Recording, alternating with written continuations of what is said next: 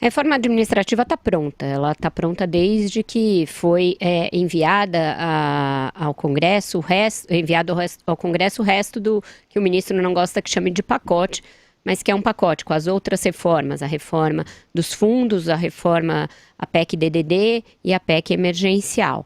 Ela não foi enviada naquela ocasião porque ela ficou segura no Ministério da Economia para que houvesse uma explicação melhor dos seus termos para os presidentes da Câmara e do Senado, alguns dos principais líderes.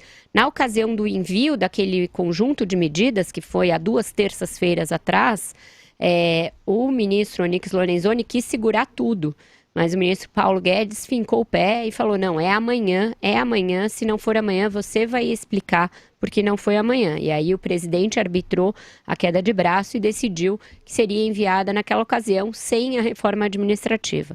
E aí depois disso o Lula foi solto. Depois disso, ele voltou aos palanques e voltou com a ferocidade que a gente viu aí, com o radicalismo que ele viu, e escolhendo a pauta econômica, e isso é importante, porque ele escolheu a pauta econômica como o mote dos seus ataques ao Jair Bolsonaro. Ele falou que o Paulo Guedes é um ministro que quer acabar com os empregos, que é contra o funcionalismo público, que é contra os aposentados, etc, etc. A partir disso, a reforma da Previdência, a reforma administrativa que já tinha ficado para um segundo momento, ela foi colocada de stand-by. E aí ontem quem falou foram os dois, tanto Paulo Guedes quanto o ministro Paulo Guedes. Ele falou não tão cedo, não estava acho que se referindo ao horário do relógio, e o presidente da República falou, por que vocês estão com tanta pressa? Ela está no forno e ainda não sabemos quando sairá. Ela não está no forno, ela está pronta. Ela já foi mostrada aos deputados e senadores. Os jornais já detalharam o seu escopo e já estava claro desde sempre o que o presidente falou hoje, que ela só se refere a futuros servidores, como eu falei várias vezes aqui, falei aqui ontem, deixei bem claro. Então, o que está aí ditando o timing do envio da proposta é, de fato, uma decisão política de, ainda neste ano, comprar essa briga, que é uma questão aí principiológica também, né? Os servidores que entrarão daqui para frente, eles devem ter estabilidade, carreiras que não são típicas de Estado, devem continuar tendo a sua contratação por concurso, qual é o período de estágio probatório antes da estabilidade, tudo isso está na reforma administrativa, e tudo isso é muito importante para o equilíbrio futuro das contas, não só as federais, quanto as dos estados e municípios, porque diz respeito a uma mudança real de paradigma e muito grande.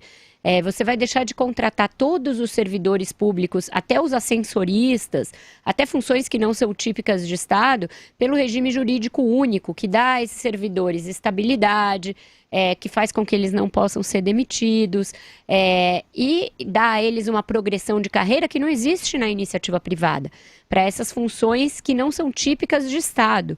E também preservaria as funções típicas de Estado. Quais são elas? Auditor da Receita Federal, delegado federal, coisas que só existem no guarda-chuva de Estado, são carreiras de Estado. Essas estariam asseguradas e preservadas. Então, uma reforma inteligente que bebeu em várias fontes aí, que já existem de propostas de reforma chamado RH do Estado, como a da economista Ana Carla Abrão, que é brilhante e que tem uma proposta antiga e muito consistente a esse respeito e foi ouvida pela equipe econômica para que eles formulassem a deles.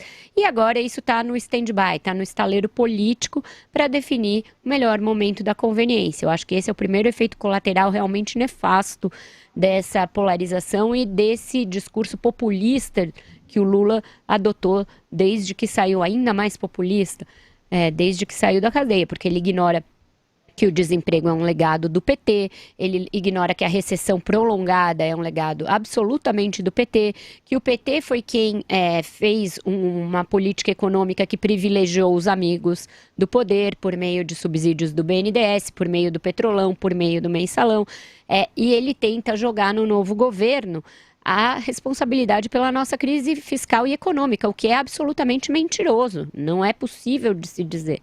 E aí, em reação a isso, a reforma vai para o stand-by. Eu acho isso uma pena.